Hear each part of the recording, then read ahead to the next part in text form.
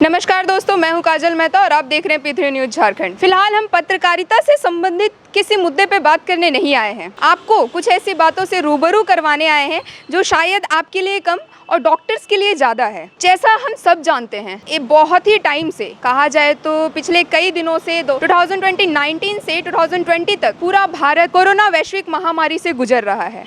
इस दौर में हमें किसी की सहायता चाहिए या नहीं चाहिए, सबसे ज़्यादा ज़रूरत हमें हॉस्पिटल्स की है। वहीं दूसरी जगह पे अगर हम देखें तो हॉस्पिटल्स में प्राइवेट सेक्टर्स जो होते हैं हॉस्पिटल के, उस जगह पे काफ़ी ज़्यादा चार्जेस होते हैं, जिसके कारण हम अच्छे से इलाज नहीं करवा पाते हैं या फिर कई एक बार हम विफल हो जाते हैं कि हाँ, यहाँ पे तो ज़्यादा पैसा लग रहा है। वहीं दूसरी तरफ अगर हम देखें तो सरकार ने हमारे लिए कई सुविधाएँ दे रखी है।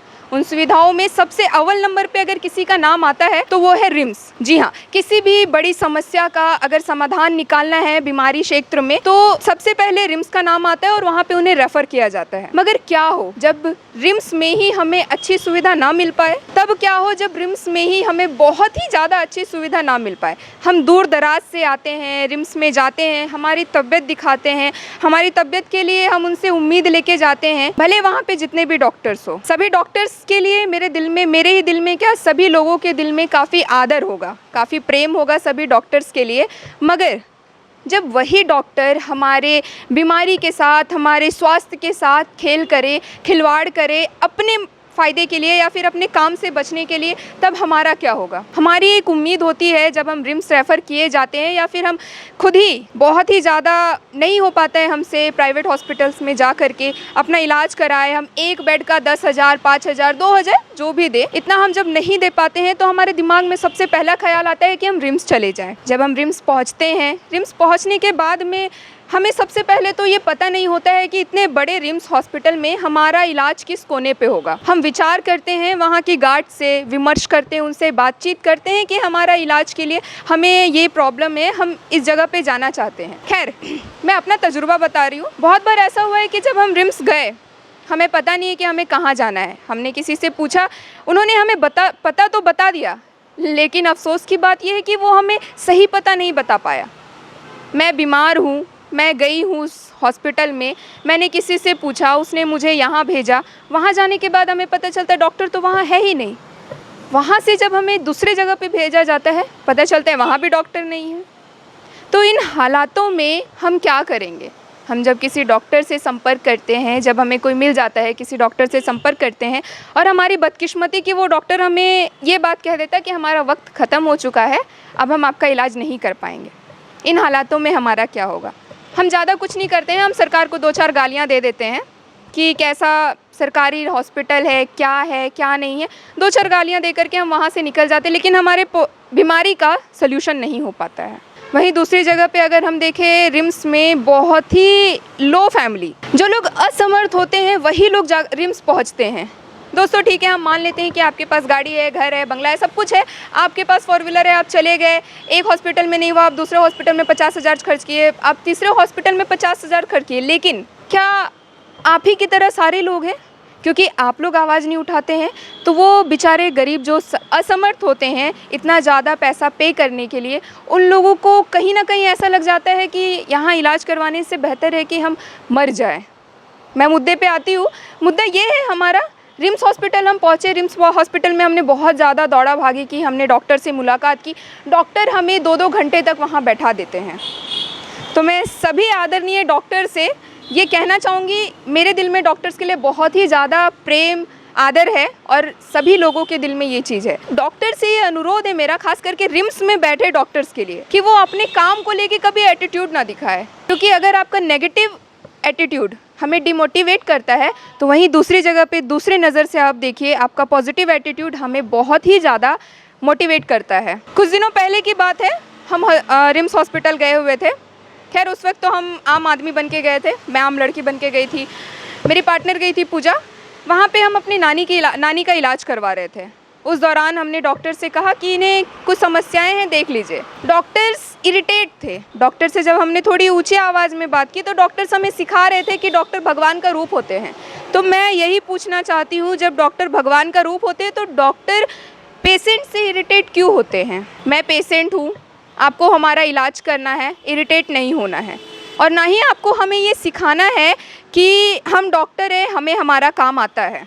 आप बिना छुए मेरे शरीर के दर्द को कैसे पहचान लेंगे? मुझे फीवर है, आप कह देंगे खांसी है। ऐसे तो मुझे नहीं लगता कि रिम्स गरीबों के लिए है। रिम्स तो क्या कहूँ मैं, रिम्स तो उन डॉक्टर्स के लिए है जो 10 घंटे में 2 घंटे ड्यूटी करते हैं, बाकी टाइम गप्पेबाजी करते हैं। माफ़ कीजिएगा डॉक्टर्स, मैं आपके बारे में भला बुरा कह रही हूँ, आज न कल आप इस चीज़ को ज़रूर देखेंगे, मगर ये सच है। पूरी रांची की ही नहीं, जितनी भी जगहों से रिम्स में रेफ़र किया जाता है लोगों को, वो पूरी आवाम कह रही है कि हाँ, रिम्स में सभी को, क्या किसी को भी सही इलाज नहीं मिल पाता है। हमें पता है कि रिम्स में जितने भी डॉक्टर्स हैं, उन्हीं के घर में प्रॉब्लम हम ले लेते हैं। उन्हीं के घर में अगर किसी तरीके का कोई प्रॉब्लम हो गया तो क्या वो रिम्स में कभी इलाज करवाएंगे? नहीं करवाएंगे। ये सवाल मेरा सिर्फ डॉक्टर्स आप लोगों से नहीं है, ये सवाल पूरी आवाम से है कि क्या डॉक्टर्स अपने घर में किसी को भी कुछ हो जाता है तो रिम्स में करवाएंगे? नहीं, या तो वो किसी पर्सनल क्लिनिक में करवाएंगे या तो फिर वो किसी बड़े हॉस्पिटल में करवाएंगे। तो जब आप ही अपने इलाज से संतुष्ट नहीं हैं तो दूसरों को कैसे आप कह सकते हैं कि रिम्स बहुत अच्छा है? डॉक्टर्स की ज़ुबानी मैं कह रही हूँ, बहुत कहते हैं कि रिम्स बहुत अच्छा है, अगर कहीं तुम्हारा इलाज नहीं हो रहा है, आप सक्षम नहीं हैं पैसे पे करने के लिए, तो आप चले जाइए रिम्स। मगर क्या रिम्स जाने के बाद हमें सही इलाज मिल जाता है? क्या रिम्स जाने के बाद हम संतुष्ट होकर वापस आते हैं? नौबत तो कुछ ऐसी थी हमारी कि हमने 1 दिन में डिस्चार्ज करवा लिया था, क्योंकि एक डॉक्टर भगवान का रूप थे, दूसरे डॉक्टर इरिटेट थे, तीसरे डॉक्टर सिर्फ 10 घंटे की नौकरी में इरिटेट थे। तो जब आप डॉक्टर बने हैं तो माफ़ी चाहूँगी, लेकिन आपको दिल से काम करना है। यहाँ पे इरिटेट नहीं होना। ये आपका कोई पारिवारिक जगह नहीं है, आपका घर नहीं है। आप करोड़ों लोगों की उम्मीद है, करोड़ों क्या सारी दुनिया की उम्मीद है। मैं भले जान लूँ कि मुझे फ़ीवर है, लेकिन किस चीज़ के लिए फ़ीवर है, क्या है, ये तो मैं नहीं जान पाऊँगी। मैं आपके दरबार में आऊँगी और जब आपके दरबार में आने के बाद 10 जगह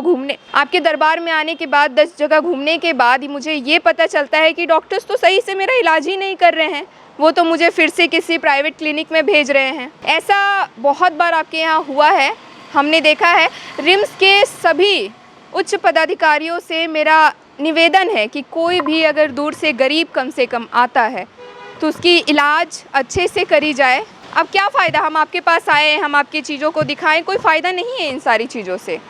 हम 1 दिन दिखाएंगे, दूसरे दिन दिखाएंगे, तीसरे दिन दिखाएंगे, चलिए पूरा 1 साल दिखा दिए, दूसरे साल फिर हम उसी कंडीशन में आ जाएंगे। स्थिति आपको समझनी है। आपसे निवेदन है कि चाहे वो बुज़ुर्ग हो, चाहे वो बच्चा हो, उसे रिस्पेक्टफुली आप उनका इलाज करें। उन्हें ये ताना देने के बजाय कि हम भगवान हैं, हम इरिटेट हो जाते हैं 10 घंटे काम करने के बाद, ये ताना देने के बजाय आप उन्हें अच्छे से इलाज दें, ताकि अगली बार कोई आपके रिम्स से निकले तो रिम्स से निकलने के बाद ये ना कहे कि तौबा, हम रिम्स क्यों जाए, फिर ये कहे कि हाँ जी, रिम्स में काफ़ी अच्छी इलाज है और हम जाए। ये बातें थी इलाज की, और आप लोगों को मैं थोड़ा मोटिवेट करना चाह रही थी। खैर मैं तो कुछ नहीं हूँ, लेकिन फिर भी मैं आपको मोटिवेट करना चाह रही थी। रिम्स सरकार के अंडर में है। सरकार से भी मेरा यही निवेदन है कि एक बार, हफ्ते में एक बार, साल में या महीने में एक बार नहीं, हफ्ते में एक बार आप जायज़ा ले जा करके कि वहाँ किस तरीके से पेशेंट ज़मीन पे पड़े रहते हैं, किस तरीके से पेशेंट्स खाना खाते हैं ज़मीन पे पड़े हुए, कितनी बदबू आती है। रिम्स के एक कोने से नहीं, बहुत सारे ऐसे कोने हैं जहाँ पे बहुत ही अजीब सी बदबू आती है, जिससे पेशेंट बीमार तो है, वहाँ पे जाने के बाद और बीमार हो जाता है। हम बीमारी को सही करने के लिए आ रहे हैं आपके पास, बीमारी को बढ़ाने के लिए आपके पास नहीं आ रहे हैं। रही बात, आप हमें महंगी दवाइयाँ लिख करके कह देते हैं कि यहाँ पे ये दवाई नहीं है, आप बाहर जाके दवाई ले लो। तो जब हमें बाहर में दवाई लेना है, जब हमें बाहर में इलाज करवाना है, तो हम आपके पास आएंगे क्यों?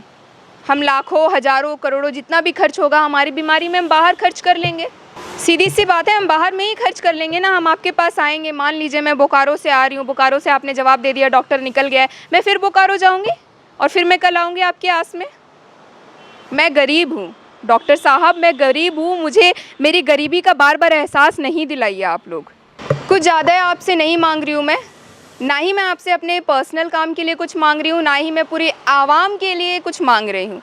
बस एक चीज़ मांग रही हूँ, आपको जितना सरकार दे रही है उतना ही हमें दीजिए, हमारा देख रेख सही से कर लीजिए।